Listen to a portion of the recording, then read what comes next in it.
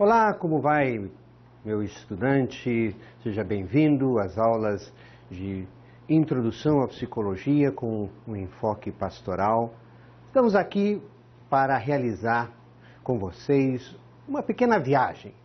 A viagem pelo campo da psicologia, por toda essa misteriosa matéria que encanta, assusta, atrai, repudia muita gente. E nós queremos ver com vocês alguns conceitos, começando com os conceitos iniciais. Então, pense nesse momento como uma espécie de uma viagem que vai caminhar por paisagens, por estilos, por pessoas, e você vai conhecer algumas coisas novas.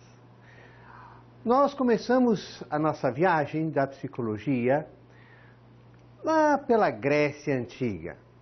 Na Grécia, nós tínhamos, em psicologia, o nosso conceito mais básico, ela estava atrelada à filosofia.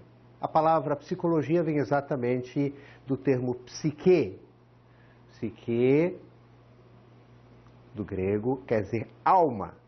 Embora os gregos tinham um conceito de alma muito distintos do que é o conceito de alma para nós. Para os gregos, tudo aquilo que tinha a ver com a vida estava chamado de alma. Então, para os gregos, existia a alma das plantas, a alma dos animais, a alma de todos os seres vivos.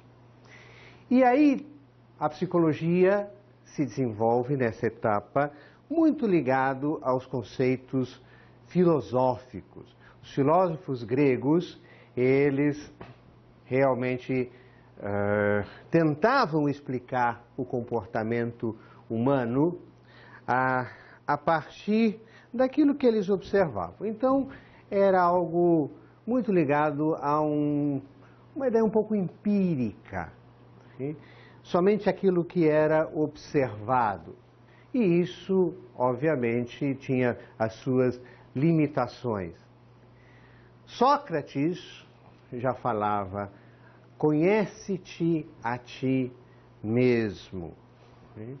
Na entrada do oráculo de Sócrates havia essa frase por cima da entrada, né? Conhece-te a ti mesmo. Ou seja, as pessoas que vinham consultar o oráculo para saber alguma coisa do seu destino, eram desafiadas a primeiro conhecerem-se na sua interioridade, naquilo que tinham de si mesmos, para, então, após isso, elas poderem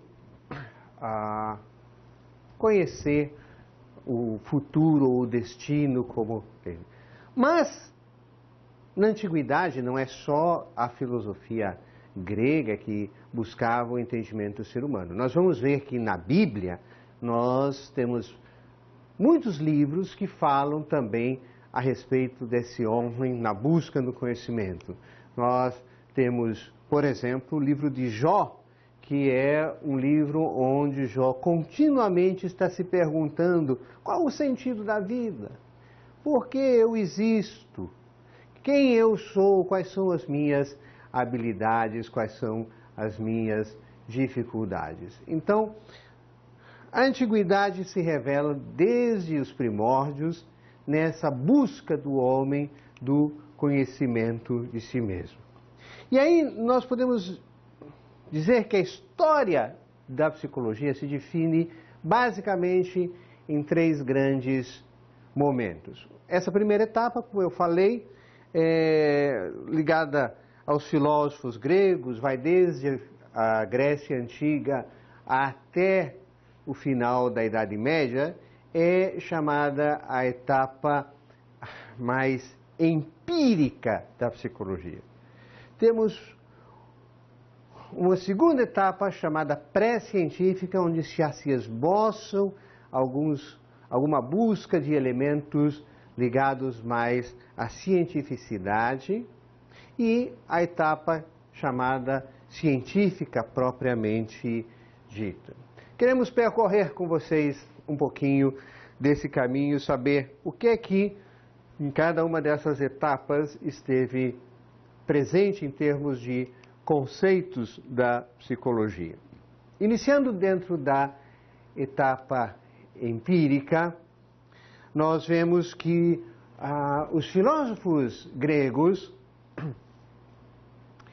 eles tinham uma visão do ser humano, uma visão dividida, nós chamamos de dicotômica. Um mundo material, real e concreto, e um mundo que era chamado não material, o mundo da alma, o mundo das ideias. E aí é onde estava todo o estudo da psicologia. Esse mundo não material, esse mundo das ideias, é que interessava a ser conhecido, a ser explorado. Havia algumas teorias ou esboços de teorias já nessa época a respeito de por que o ser humano se comportava como ele se comportava. Lógico que muito disso era atrelado à ideia da influência dos deuses sobre a vida aqui na Terra, os deuses do Olimpo que afetavam a conduta das pessoas aqui na Terra. Mas Hipócrates foi um dos primeiros pesquisadores, um filósofo, que procurou dar uma ideia um pouco mais objetiva a respeito disso. Hipócrates teorizou de que dentro do comportamento, dentro da forma do ser agir, se podia ser classificada em 4 tipos. E Hipócrates acreditava que esses 4 tipos, eles estavam ligados a certos líquidos, que ele chama de humores, que circulavam dentro do nosso organismo. Hipócrates então vai dizer que nós temos dentro do nosso organismo o sangue, a fleuma, a bilis negra e a bilis amarela. A bilis negra ele chamava de melana e a bilis amarela de cólera.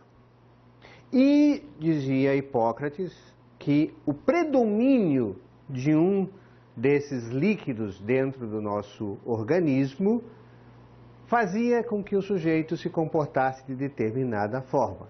Assim ele deu os tipos sanguíneos, ou os tipos psicológicos, como o sanguíneo, que tinha predominância de sangue, o colérico, que tinha predominância da cólera, ou bilis amarela, o melancólico, que tinha o predomínio da melana, ou bilis negra, e o fleumático, que tinha a predominância de fleuma. Obviamente que não havia, naquela época, o estudo da medicina avançado, sabendo de que, na verdade, o líquido que circula por todo o nosso organismo é o sangue. Mas é interessante de que essa teoria primária, foi uma primeira tentativa de descrever o comportamento humano, ela foi mais tarde, ela predominou até o final da Idade Média, mas depois ela foi um pouco colocada de lado, visto com todas as limitações que se tinha para explicar o comportamento.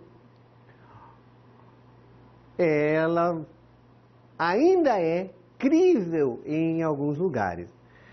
No final dos anos 80, dos anos 70, começo dos anos 80, um pastor norte-americano chamado Tim LaHaye retoma essa teoria do Hipócrates, que já havia sido colocada de lado, porque visto que não tinha base científica para isso, mas ele retoma e associa esses 4 tipos de conduta a as condutas de personagens bíblicos e lança um livro chamado Temperamento Controlado pelo Espírito Santo, que fez muito sucesso aqui e até hoje muita gente ainda acredita de que realmente nós temos um determinismo causado por elementos orgânicos. Eu quero dizer que essa teoria, então, de Hipócrates, ela é uma teoria de 300 anos antes de Cristo, né? Que ela foi muito válida para a época. Hipócrates foi o pai da medicina, mas é preciso entender de que essa teoria tem uma série de limitações, inclusive a limitação efetiva de desconhecimento mais anatômico-fisiológico do próprio funcionamento do nosso organismo. Pois bem, o Hipócrates trouxe toda essa novidade aqui, e isso predominou durante toda uma época, tanto que ainda durante a Idade Média se acreditava nisso. Toda a nossa ciência ocidental, ela está estruturada em cima do pensamento filosófico grego. Isso é importante da gente sempre ter em mente. A filosofia grega interfere na construção do pensamento romano, que depois se expande por toda a Europa com a conquista romana de toda a Europa, e vai interferir também em toda a construção do pensamento ocidental até os dias de hoje. O pensamento oriental teve outras influências, outras formas, mas o pensamento ocidental está nesse tipo de construção. Na Idade Média, ainda dentro da etapa empírica, nós temos o termo alma, se continua falando do termo alma, porém já não com a mesma perspectiva que na Antiguidade. Na Idade Média, o termo alma, há um atrelamento dessa expressão à questão religiosa. Já não se fala mais da alma das plantas, dos animais, mas só da alma humana. E Agostinho trabalhava muito a ideia de conhecer a alma humana, né? E os métodos principais disso eram através da introspecção, da reflexão. Nós temos aí muitos exemplos, né, que são chamados os místicos da Idade Média, São João da Cruz, Santa Teresa de Ávila, etc., que usavam muito dessa metodologia de silêncio, introspecção, reflexão, para o conhecimento mais profundo de si mesmo. E a psicologia, então, nessa época, ela está intimamente atrelada à teologia. Como quase todas as ciências dentro da Idade Média tinham um vínculo muito forte com a teologia, porque o saber científico se desenvolvia dentro dos mosteiros, era onde ficavam as grandes bibliotecas, onde se desenvolviam as teorias junto com os mosteiros. Por isso esse atrelamento da teologia com todas as outras ciências, e a psicologia não foi uma exceção, né? Quando a Idade Média vai terminando, também se conclui essa etapa da psicologia e se entra numa segunda etapa que nós chamamos da etapa pré-científica. Dentro dessa etapa chamada pré-científica, são os primeiros intentos de classificar, objetivar, de tornar o conhecimento a respeito do comportamento, da conduta humana, de uma forma um pouco mais organizada, uma forma mais cientificamente plausível.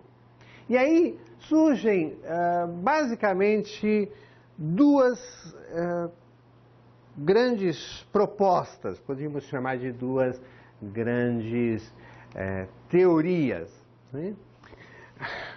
A teoria das associações e a teoria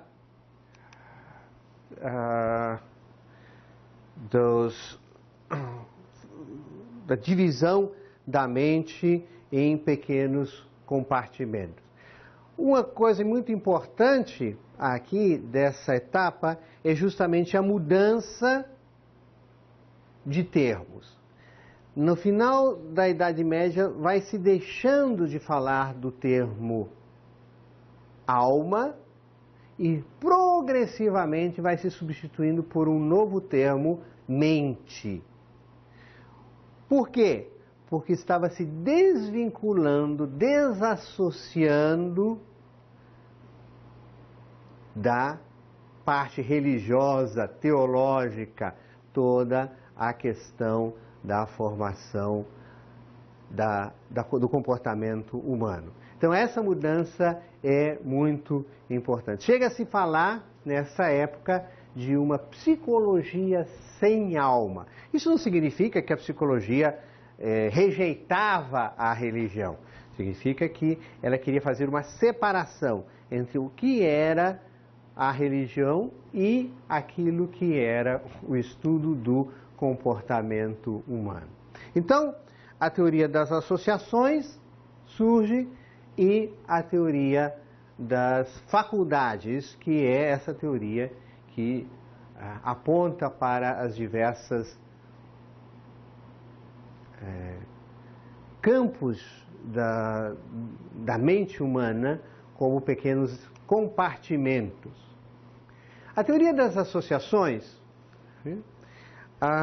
ela basicamente se apoia na ideia de que nós temos algumas experiências sensoriais, né, e que a aprendizagem vai acontecer a partir exatamente da associação dessas experiências, que seriam ideias que temos a respeito da realidade. Então, toda a nossa atividade mental, diziam os defensores dessa teoria, é resultado da associação de experiências psíquicas mais simples e formavam então fenômenos mais complexos, né? A vida mental então era uma junção de pequenas experiências, como um quebra-cabeça que você possuía sobre uma mesa e você vai juntando essa experiência, mais essa, mais aquela, e associando a essas experiências. Nesse tipo de abordagem, né, a ideia de aprendizagem e a ideia de desenvolvimento do comportamento se mesclam, se confundem. O sujeito vai se desenvolvendo na medida em que ele vai aprendendo na medida em que vai se desenvolvendo. Já a teoria das faculdades, ela era muito mais focada em entender qual é a parte da mente humana responsável por qual atividade mental. Então, cada parte do cérebro tinha uma função muito clara, muito definida, né? E nós tínhamos algumas focos principais da busca. O pensamento, o sentimento e a vontade eram os elementos em que essa teoria mais estava assentada. E esses três elementos logo foram divididos em alguns elementos menores que são chamados de subfaculdades. E você chegou a realmente acreditar que era possível localizar dentro do cérebro cada uma desses elementos, né? E claro que Isso hoje se sabe que não é possível. E o crescente desconforto, insatisfação com essas teorias vai fazer a psicologia desembocar numa busca um pouco mais científica. A parte científica da psicologia se inicia muito influenciada por todo o movimento que ocorre no final da Idade Média, que é conhecido, muitos de vocês conhecem, estudando filosofia, estudando outros elementos, que é o Iluminismo. O Iluminismo foi um movimento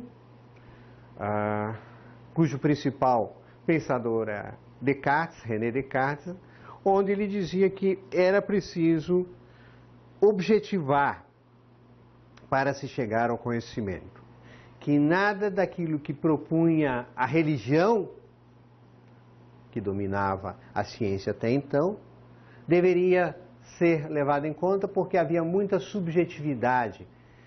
Toda a parte religiosa dava uma explicação muito metafísica da realidade.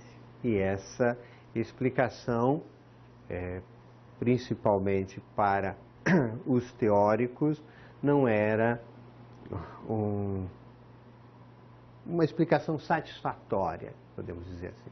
Então, Descartes propõe de que a forma de se chegar ao conhecimento é através da lógica pura, da razão.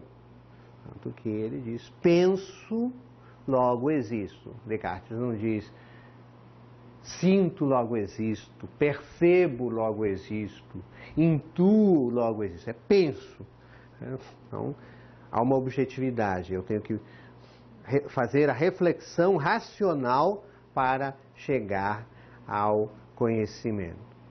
E a psicologia, então, para se tornar científica, ela precisa também estar atrelada a todo esse movimento, porque senão ela passava a ser considerada parte não da ciência, e sim da filosofia, da metafísica.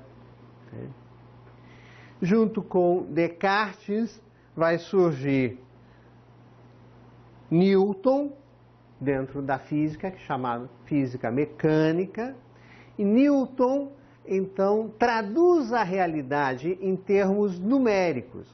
Todas aquelas fórmulas, né, da física que a gente estuda no segundo grau, especialmente alunos de teologia amam essas fórmulas da física, de aceleração, movimento retilíneo uniforme, uniformemente variável e etc. As coisas que quem está na área de ciências humanas tem um arrepio só de pensar, né?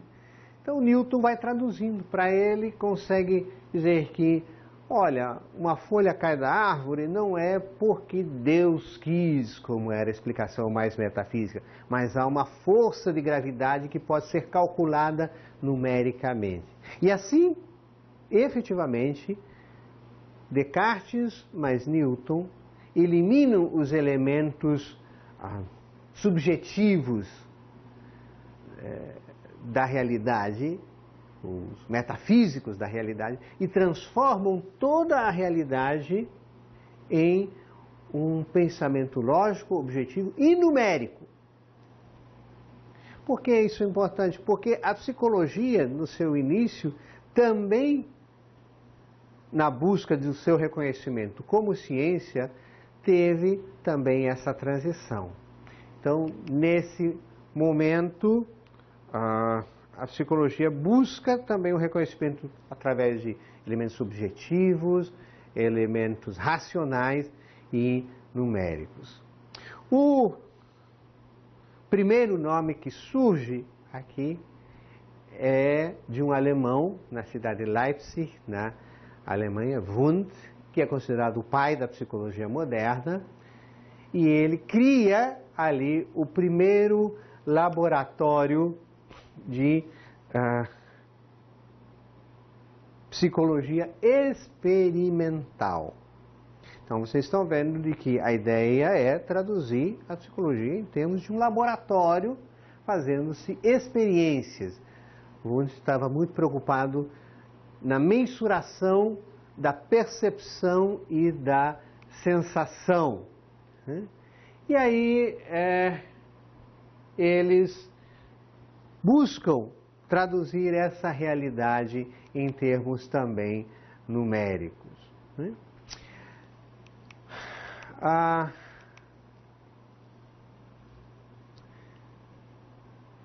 Logo depois de Wundt vieram uma série de outros pensadores que buscaram traduzir de diferentes formas, de diferentes campos,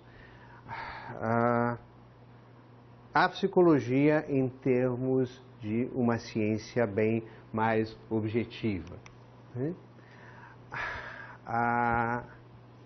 A ideia dessa objetividade, né, está muito ligada ao elemento de que o cientista tem que se afastar de uma forma total e buscar uma neutralidade para não contaminar nenhum dos elementos que fazem parte do experimento.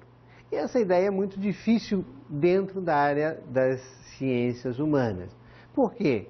Porque na medida em que você é o observador de um fenômeno, de um comportamento, ao mesmo tempo, você como observador já tem uma certa contaminação. Por quê? Porque você tem uma história, você tem uma percepção da realidade filtrada pelos seus próprios elementos culturais, sociais, educacionais, e isso dificulta muito essa pretensa objetividade total da ciência do comportamento humano. Então, essa cientificidade que é proposta dentro do movimento iluminista, ela talvez sirva bastante para a descrição de fenômenos das ciências naturais, da física, da biologia, mas é difícil ser aplicada às ciências do comportamento humano. Assim que, ainda com todo esse grau de dificuldade de se objetivar, com todo esse grau de dificuldade de se ter uma ciência pura, a psicologia fez os seus intentos de ir se tornando cada vez mais complexo, né? Os próprios pesquisadores dentro da área da psicologia vão procurando, dentro desse pensamento e desse paradigma mais cartesiano, criar postulados que deem credibilidade à psicologia como um todo. E aí, o primeiro laboratório é criado em Leipzig, na Alemanha, e o objetivo principal, então, era que se pudesse estudar os fenômenos mentais através da introspecção, através da objetivação, eliminando todos os elementos que eram comuns da Idade Média. Aquela reflexão, aquela introspecção que propunha Agostinho, né? Nós temos que ser objetivos, dizia Wundt. Tanto que ele tentava dar uma medida para as sensações, para as percepções. E desenvolve alguns métodos para isso dentro dos seus laboratórios. A teoria de Wundt e todas as suas interações e experimentos hoje só tem uma validade mais histórica dentro da psicologia. Seu pensamento tudo aquilo que ele postulou já se viu que era impossível, foi desacreditado, né? Ele entra numa questão de observar, experimentar, né? E cria-se uma escola chamada estruturalismo, né?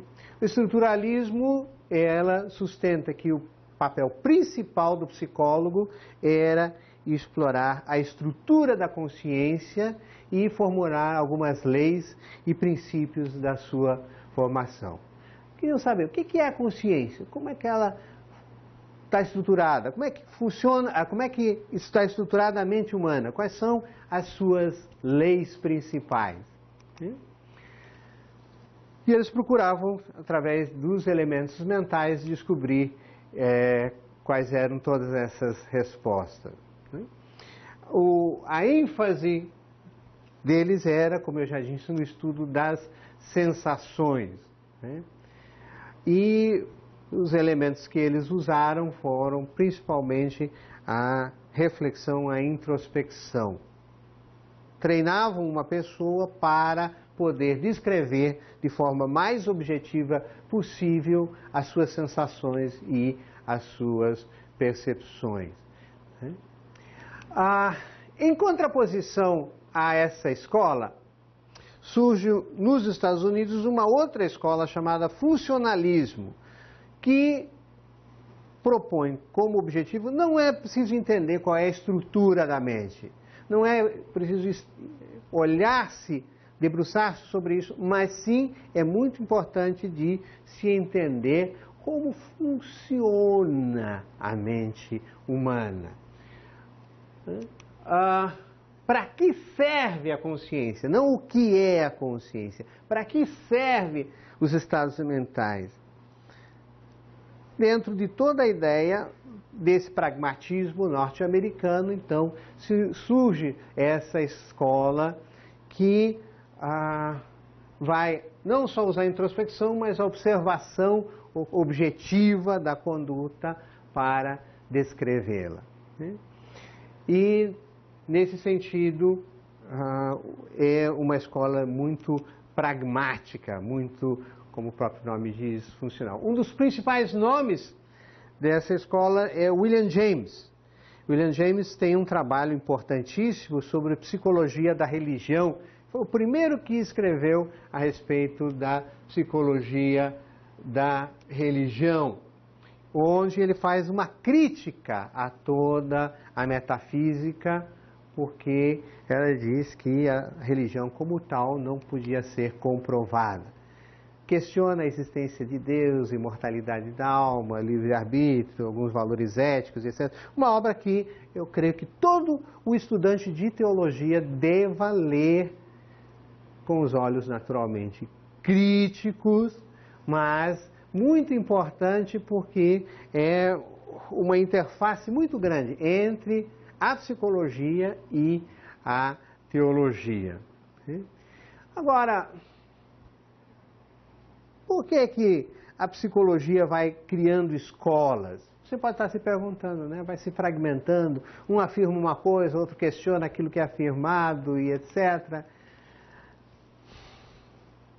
É verdade que a psicologia trabalha em cima do comportamento humano, mas aquele sujeito que interpreta de diversas formas. E aí surgem as diversas maneiras de se interpretar o comportamento humano que vão fazendo com que as pessoas criem divergências nas suas interpretações e a partir dessas divergências surgem as diversas escolas de psicologia, né? Então, é preciso reconhecer de que todo o fundamento da psicologia está muito atrelado à percepção do próprio psicólogo, do próprio pesquisador e cientista que está observando aquele comportamento, interpretando e delineando a ele alguma das teorias, né? Basicamente, nós podemos dizer de que dentro da psicologia, nós temos aqueles psicólogos que veem a psicologia de uma forma muito mais ligada à essência da matéria, que nós chamamos os materialistas, e aqueles que veem a psicologia ligada a outros elementos não tão materiais, chamados os idealistas. Os idealistas partem do pressuposto de que o pensamento precede a matéria. Já os materialistas, exatamente o contrário. Eles entendem que a matéria é anterior a todo pensamento. Como é que se traduz isso hoje na prática? Hoje, na prática, nós vemos muito disso, né? Existem as pessoas que acreditam de que toda a psicologia é resultado da fisiologia. Falhas em transmissões neuronais, falta de químicos no organismo que precisam ser repostos através de medicamentos. E existem aqueles que acreditam que não, que a falta de químicos é gerada por estados emocionais, ou seja, aí é uma velha discussão de que o que é que nasceu antes, foi o ovo ou a galinha? Por exemplo, é a depressão que causa a redução da produção de neurotransmissores ou a redução de neurotransmissores que causa a depressão? E essa é uma pergunta que, em princípio, não tem resposta. Ou você acredita numa coisa ou você acredita em outra.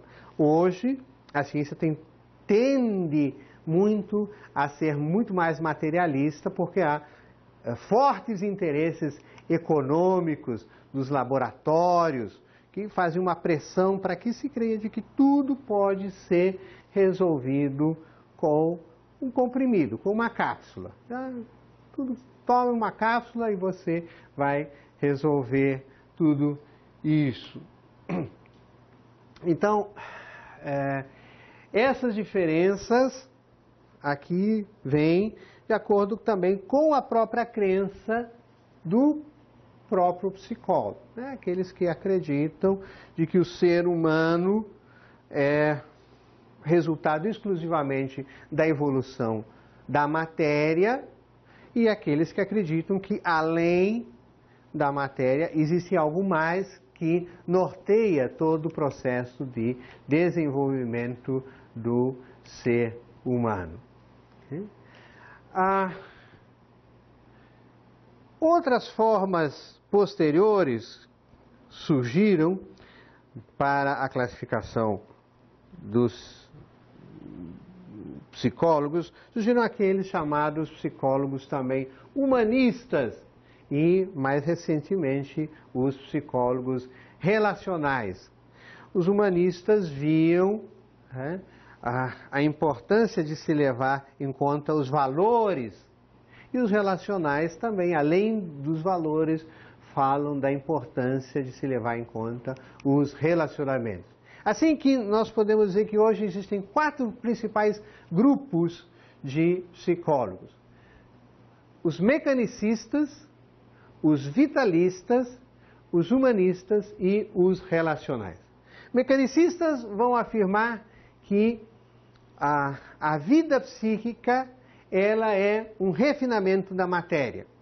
Todo fenômeno psíquico não é nada mais do que reações químicas. Aquilo que eu já estava falando agorinha mesmo, de que o ser humano é movido a partir exatamente desse neurotransmissores dentro da nossa mente. Para os mecanicistas, né, todo o acontecimento é determinado por uma causa, né, e que os fatos se ligam uns com os outros através de uma corrente. Essa é uma relação que nós chamamos causal. Causa e efeito, e isso vai ser importante. Nas próximas aulas nós vamos retomar essa ideia, né? essa ideia mecanicista de que para todo o efeito existe uma causa e isso está conectado como uma corrente. Watson era um grande representante, nós vamos retomar o Watson numa aula futura, mas ele acreditava de que se ele tivesse um grupo de crianças, independente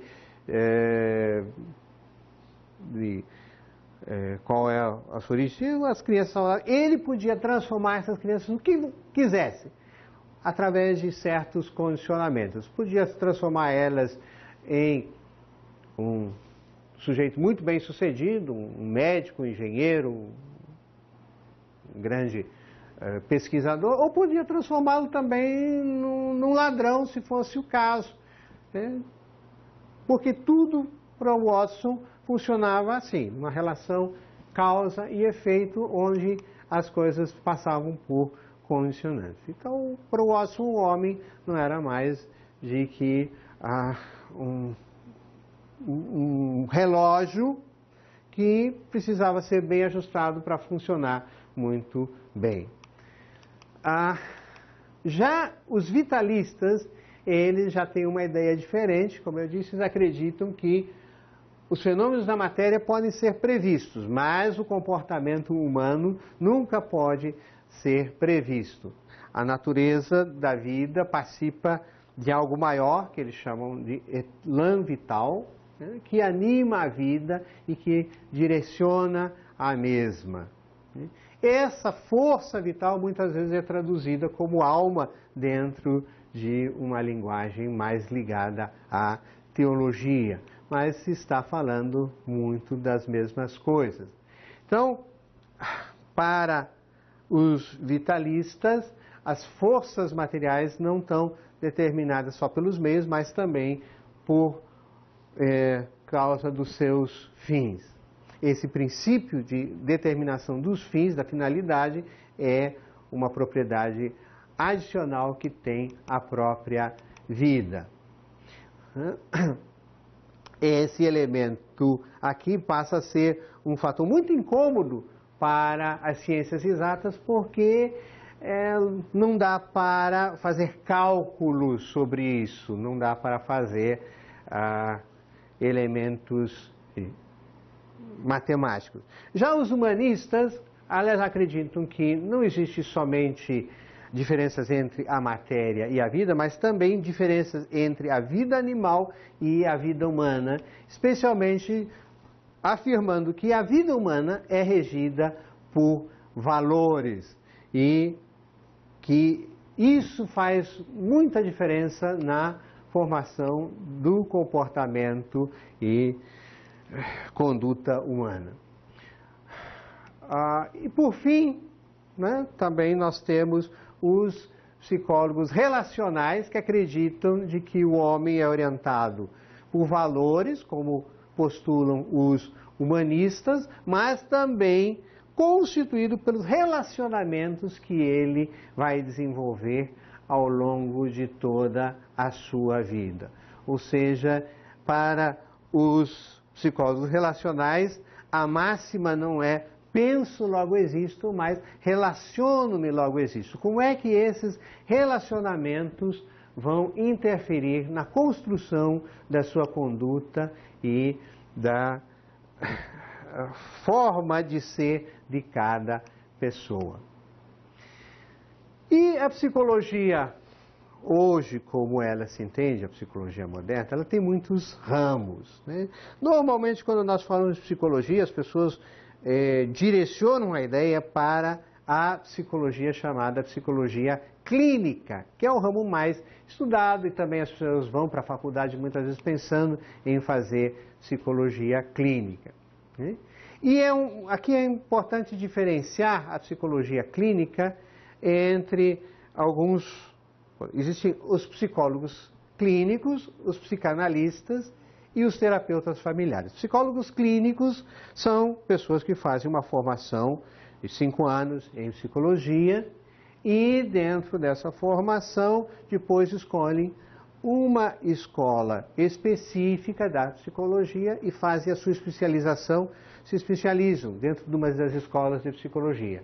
Nós temos aí os psicanalistas, os comportamentalistas, os logoterapeutas, os não diretivos, enfim, várias escolas da psicologia que estão dentro dessa formação da psicologia clínica, que são as especializações que se fazem após a conclusão do próprio curso de psicologia. O psicanalista já é uma dessas especializações, que pode ser feita após a conclusão do curso de psicologia, mas há uma diferença. Além disso, a psicanálise se desenvolveu como quase uma ciência independente, de tal maneira que uma pessoa pode sim fazer uma formação em psicanálise sem ser um psicólogo. Porém, essa formação não é tão simples assim. A pessoa precisa passar por um curso que tem uma duração relativamente longa, uns 3 anos. Durante esse curso, a pessoa faz um processo chamado análise pessoal e dentro desse processo de análise pessoal, ela faz também um acompanhamento de análise didática, sempre com um curso vinculado ao que é chamado uma Sociedade Psicanalítica Internacional. Cuidado, porque tem hoje em dia muita gente oferecendo cursos de psicanálise não vinculados a nada, com um curso rápido, de poucos encontros, e isso é muito perigoso. Os terapeutas familiares, eles também fazem uma formação em psicologia e depois fazem uma especialização na área de terapia de família. Também aconteceu de que, quando for trazido para o Brasil, muitos terapeutas familiares têm uma formação em serviço social e aí se difundiu também a possibilidade de formação de terapeutas familiares para pessoas que não sejam bem dentro dessa área. Psiquiatras não tem nada a ver com psicologia. Psiquiatras têm uma formação em medicina e depois eles fazem uma residência dentro da psiquiatria e aí são diferentes. Alguns psiquiatras fazem uma formação em psicologia clínica. E aí nós temos outras áreas dentro da ciência também. Existe também uma área nos Estados Unidos que não é reconhecida no Brasil, chamada de counseling, ou conselheiro. Conselheiro é uma forma aqui no Brasil muito mais usada dentro da área da teologia, com o aconselhamento pastoral, que não é reconhecido como profissão ainda aqui no Brasil. Talvez daqui a alguns anos isso possa ser reconhecido aqui no Brasil. Finalizando, passando rápido, algumas outras formas de psicologia. A psicologia experimental, que está interessada nos processos mais teóricos e utiliza de experimentação. A psicofisiologia é um ramo da psicologia experimental. A psicologia institucional trabalha dentro das instituições, dentro das ONGs, trabalha muito com o trabalho mais social.